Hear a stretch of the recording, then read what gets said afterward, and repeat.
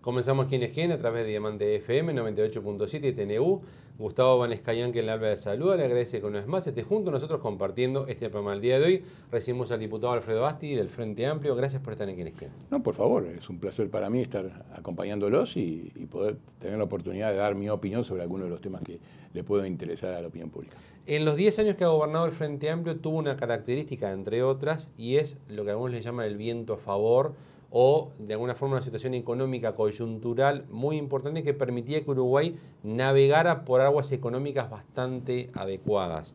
Hoy día ese viento ha cesado, ese viento de popa, el viento de atrás que empuja, ya se habla en algunos casos de brisa, otros ya hablan de que ni brisa queda.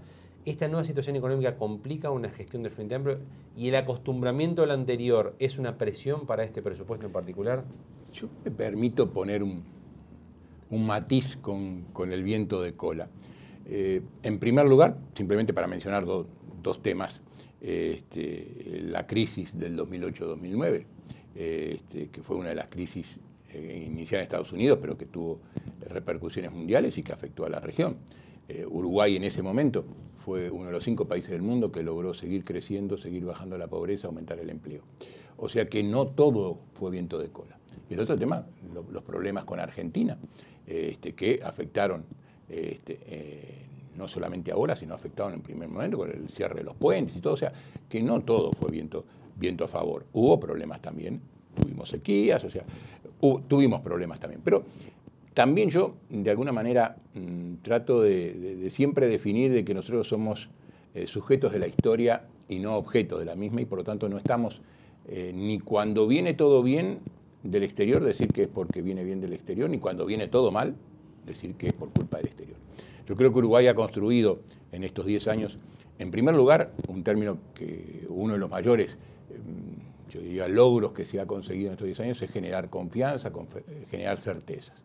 Y a partir de ella, lograr un crecimiento que cuando hubo viento de cola, como usted decía, nosotros aprovechamos mejor ese viento de cola que lo aprovecharon nuestros vecinos y que el promedio de América Latina. Por algo lo pudimos hacer mejor, porque en las mismas condiciones, y quizás ni siquiera igualando las mismas condiciones, porque nosotros nos afectaba mucho también el precio de algunos commodities, como es el petróleo, negativamente. Nos beneficiaban los otros commodities agropecuarios, pero nos perjudicaba el petróleo y los minerales.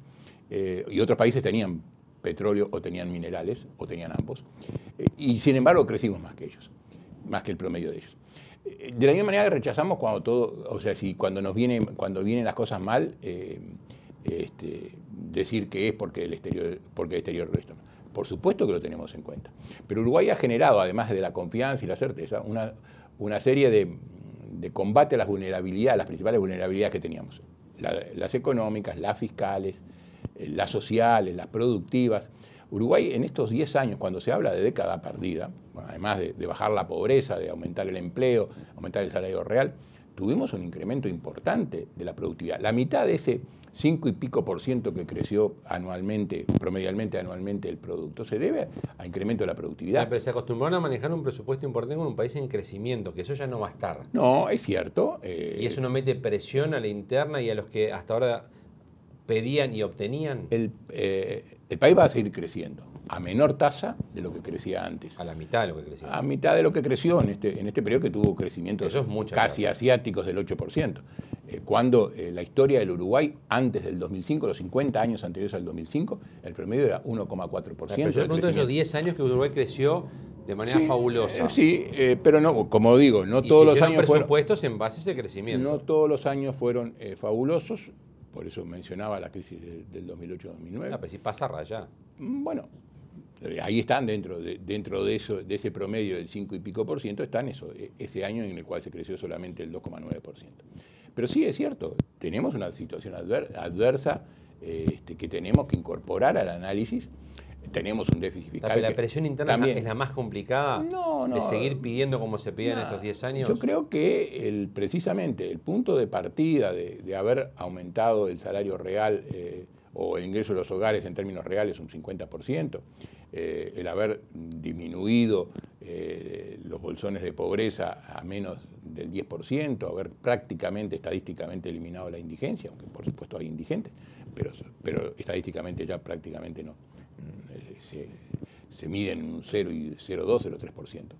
Eso también condiciona el hecho de qué tipo de cosas podemos seguir haciendo hacia el futuro. Y lo que queda claro es que Uruguay tiene que seguir aumentando sus capacidades, las capacidades físicas en lo que tiene que ver con infraestructura y las capacidades humanas, con lo que tiene que ver con educación, con lo que tiene que ver con salud, con el sistema de cuidados, que es uno de nuestros principales caballitos de batalla para este periodo de gobierno, junto con un aumento de la infraestructura muy importante. Y hoy es tema de discusión, se está previendo invertir más que lo que invirtieron los 2 periodos de gobierno anterior. Sí. Y bueno, el tema es que hacerlo más coordinadamente, más priorizadamente, para evitar que haya desfasajes primero en los equilibrios macro y después entre las propias empresas. Hay empresas que pudieron pero hasta el 28 de febrero el mensaje, inclusive en la campaña electoral, era Uruguay tiene un déficit controlable, manejable, era el término exacto que se utilizaba, las cosas están bien, a pesar de los nubarrones que se veían en el exterior. No se mostraba un panorama como se empezó a mostrar a partir del 1 de marzo con presupuesto con cautela. Algunos dentro del Frente Amplio hablan del achique que se está haciendo a nivel presupuestal, que ustedes lo rechazan a nivel del Frente Libre Sereni. ¿Qué pasó entre el 28 de febrero y el 1 de marzo con ese cambio de discurso? No, yo creo que no fue exactamente entre el 28 de febrero y el 1 de marzo. Yo creo que sobre el fin de la campaña electoral se sucedieron una serie de acontecimientos internacionales que también hay que incorporarlos en el análisis. El tema de las dificultades de Brasil, no solamente las económicas, sino las políticas que repercuten en ese círculo vicioso, repercuten en las económicas. Brasil está con problemas serios y es uno de nuestros principales compradores. Rusia lo es y también ha tenido en este periodo que iba desde mediados del año pasado hasta ahora problemas con las sanciones impuestas por Estados Unidos y la Unión Europea, además también de todo lo que implica la caída del petróleo para otro de nuestros socios, Rusia o Venezuela. O sea, se ha habido, no es desde el 28 de febrero, ya desde que el 31 de octubre festejábamos haber obtenido una mayoría absoluta y al mismo tiempo festejábamos la reelección de Dilma Rousseff. Desde allí para adelante hemos tenido cambios importantes. ¿Sabe que el expresidente Valle dijo en nuestro programa hace poquitas semanas que el Frente Amplio mintió? Porque sabía todo esto en la campaña electoral y sin embargo hacía otro discurso. No, la campaña electoral se preparó sobre un escenario que no era tan desfavorable como este. Por eso estoy poniendo fechas y pongo justamente la fecha del 31 de octubre, la reelección de Dilma Rousseff. Y lo que pasó después, ya obviamente no entraba en la campaña electoral y toda la pérdida de confianza que hubo en Brasil afectó obviamente sus niveles todos sus datos económicos y nos está afectando a nosotros porque es uno de nuestros principales compradores junto con China. Hay una tensión interna entre el astorismo y el mujiquismo. El diputado Sánchez estuvo en nuestro programa hace pocas semanas, usted conoce las declaraciones, y él habló que hasta hay un infantilismo de izquierda de parte del Frente Libre Sereni que usted integra o del astorismo cuando dicen, bueno, acá llegamos nosotros a resolver todo lo que ustedes hicieron mal. No, yo obviamente no me gustaron esas declaraciones, contesté en algún medio esas declaraciones porque yo no me siento, con la edad que tengo, no me siento nada infantil. Y sí, acepto de que nosotros es un momento de la vida del país, de la vida de los gobiernos del Frente Amplio, en los cuales hay que reformular algunos temas, precisamente por el tema de coyuntura, pero también porque da más posibilidades de continuar creciendo y asegurando todo lo bueno que hemos obtenido hasta ahora. Nosotros venimos a decir que tenemos que coordinar más el tema de las empresas públicas. ¿Se administraron mal las empresas públicas? Decimos que tenemos que coordinarlo mejor. ¿Pero eso porque se hizo mal? Bueno, ahí va a una segunda parte, que no la digo yo, la dice el presidente Mujica, cuando preguntaba hace 2 o 3 días, por lo menos así lo vi en televisión, sobre este mismo tema, dijo, sí, es cierto, nosotros no las coordinamos porque si las coordinábamos no podíamos hacer todas las inversiones que hicieron las empresas públicas.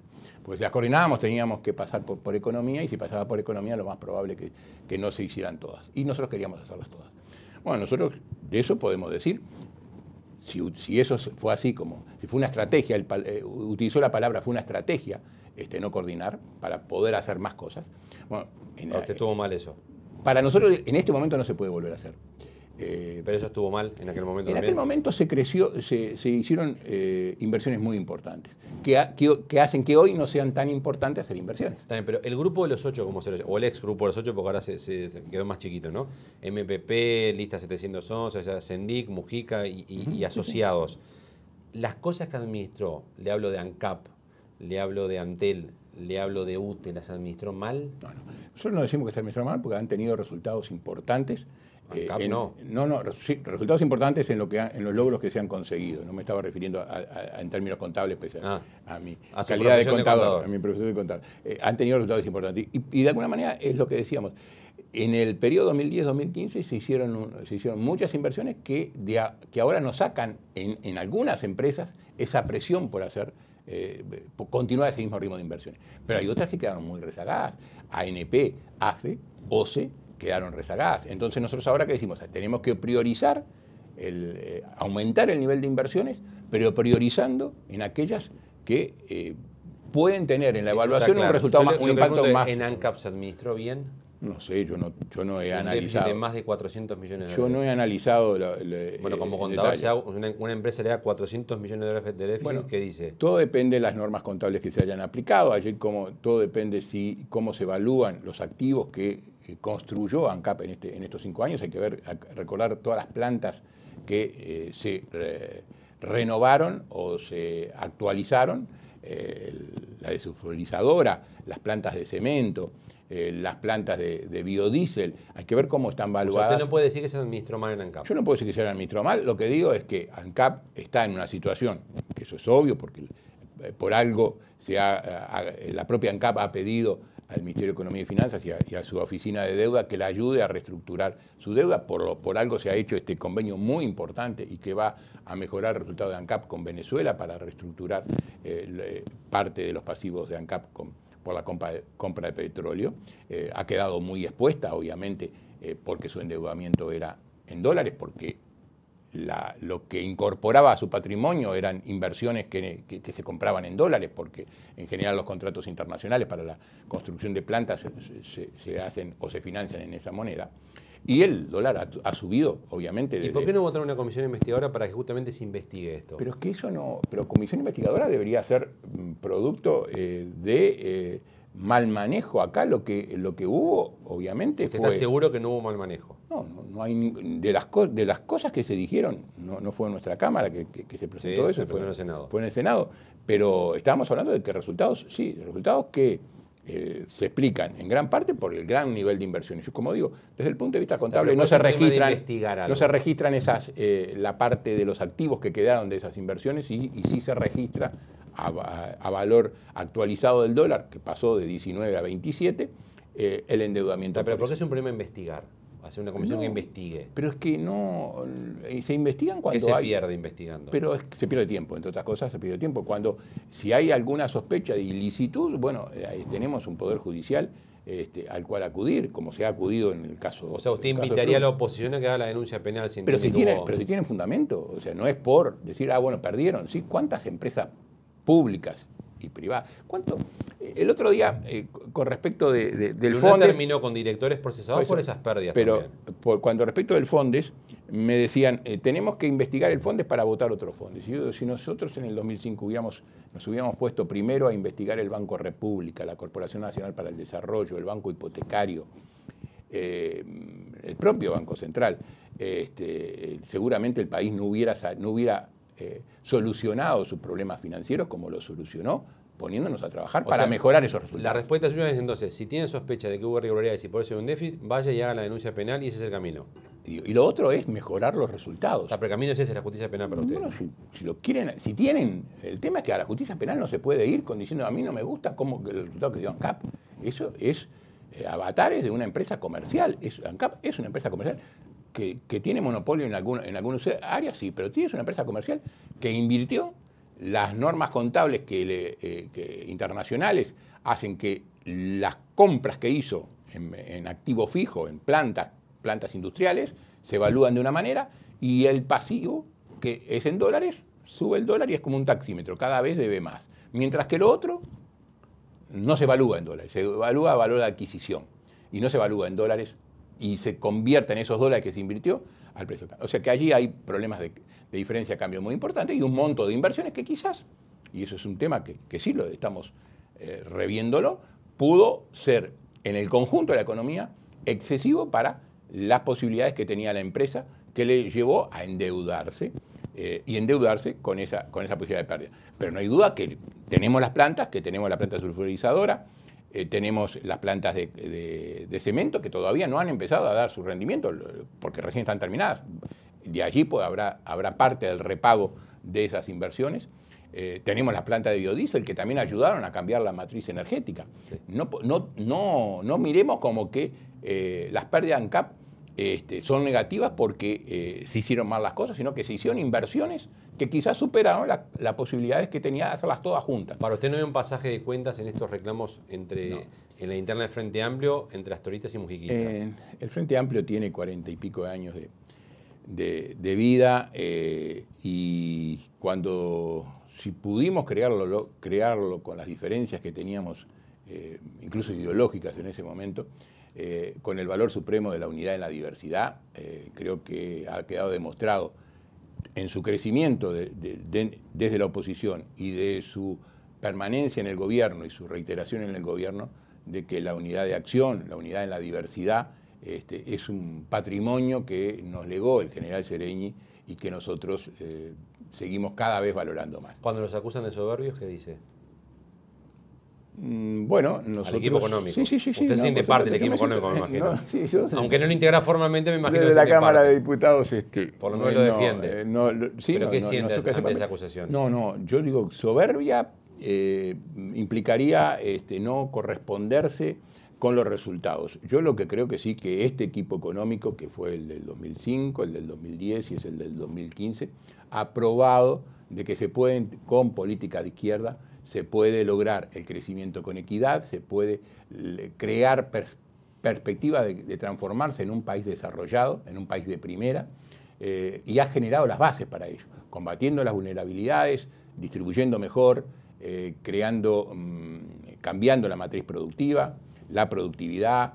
Si uno mira, por ejemplo, lo que son las exportaciones, se sigue diciendo exportamos bienes primarios, pero uno mira las exportaciones con valor agregado o por lo menos con componentes tecnológicos, cómo descienden las que no tienen componentes tecnológicos y ascienden las que tienen componentes tecnológicos. Y el principal, que quizás toda la gente pueda entenderlo, es la trazabilidad de todas nuestras carnes. Hoy en la Expo Milán se le está demostrando a quienes acuden a ella, piden un pedazo de carne y le dicen dónde nació, dónde se crió ese animal, dónde fue faenado y cómo se transportó. ¿Le invito a una pausa? ¿Cómo no?